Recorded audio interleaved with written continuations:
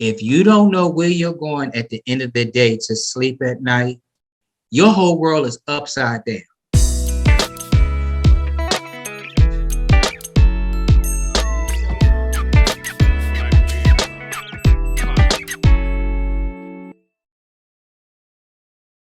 Hey everybody, Ulysses Slaughter here with a special edition of Building Community. We are right up on the holidays. It is like what?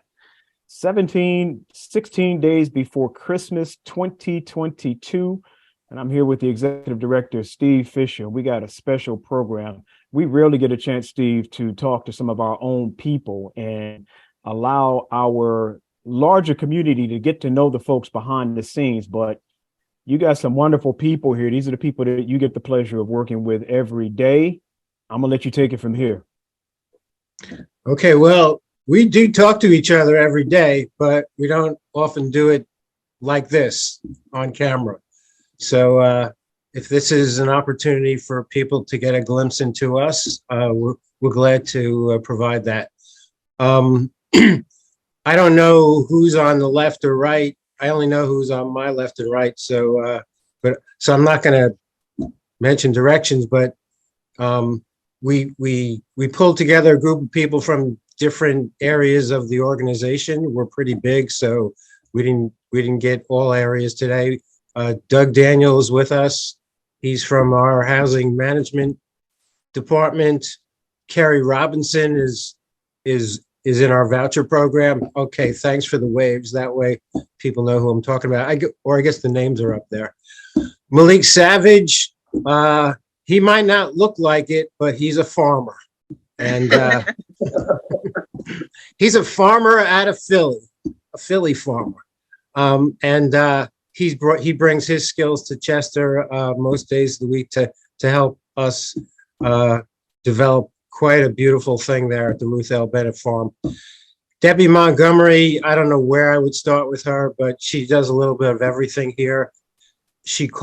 We call her a community health worker. And health is a lot of things. And pretty much everything she's involved with here, from exercise programs to helping out the farm, to getting people to markets and flea markets and circuses and whatever, driving people around, getting them around town. It's all health related, and she just does it with a nice touch and a great amount of enthusiasm. So here we are. We're here to share ourselves with you and give you a little feel for what makes us tick. I've been at the Chester Housing Authority for 16 years. I have a 30-year plus career in public housing. And as far as what I do as the housing programs manager, I'm responsible for the day-to-day operations. So when you come to my office, I'll be there to collect your rent. I'll be there to take your work order. I'll be there to do your leasing, to move you in, to do your walkthrough when you're moving out. And just be a part of the community, giving you the rules and regulations, the do's and don'ts, how you get in, how you get out, and just navigating your way through public housing if you've never been there before. Doug, you said that you're the way in and the way out? Yes.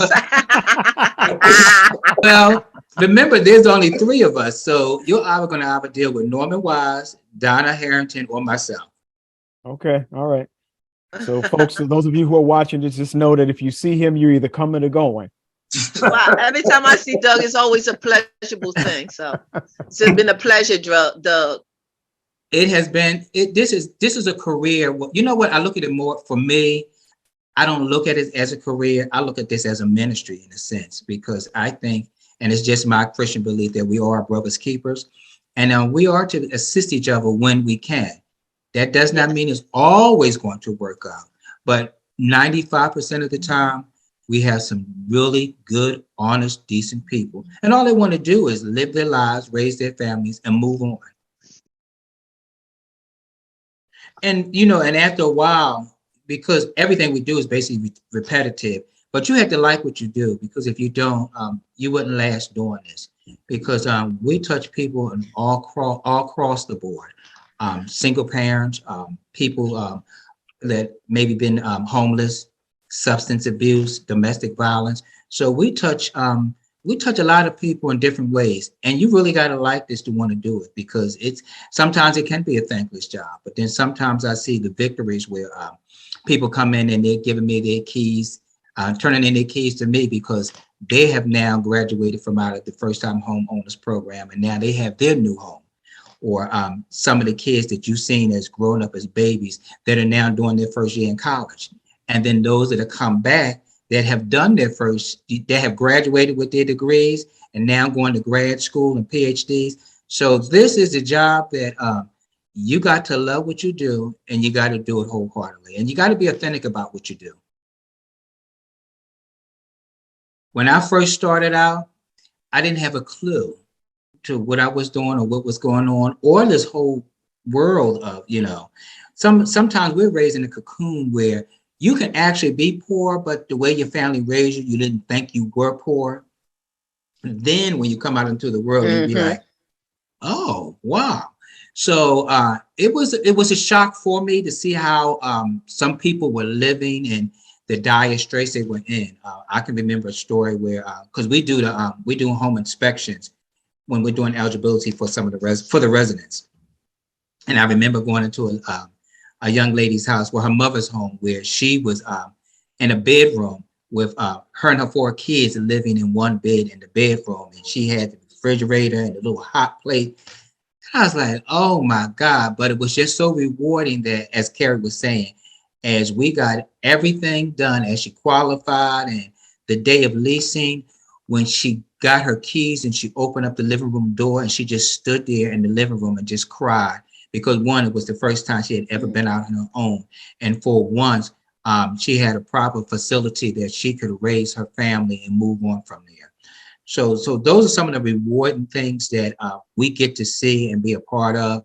And again, like I said before, sometimes when those are leaving, when they say, I got my first house, I mean, it just does you proud to see them move on. And then sometimes they do come back to say, well, thank you. I get cards and sometimes emails from people saying, thank you, Chester Housing Authority, because you enabled me to move on. So I look at this as it's a process, and sometimes it's always good to see it from the beginning to the end. Yes, I'm an old head in this industry, but it never changes. It never changes to see how people.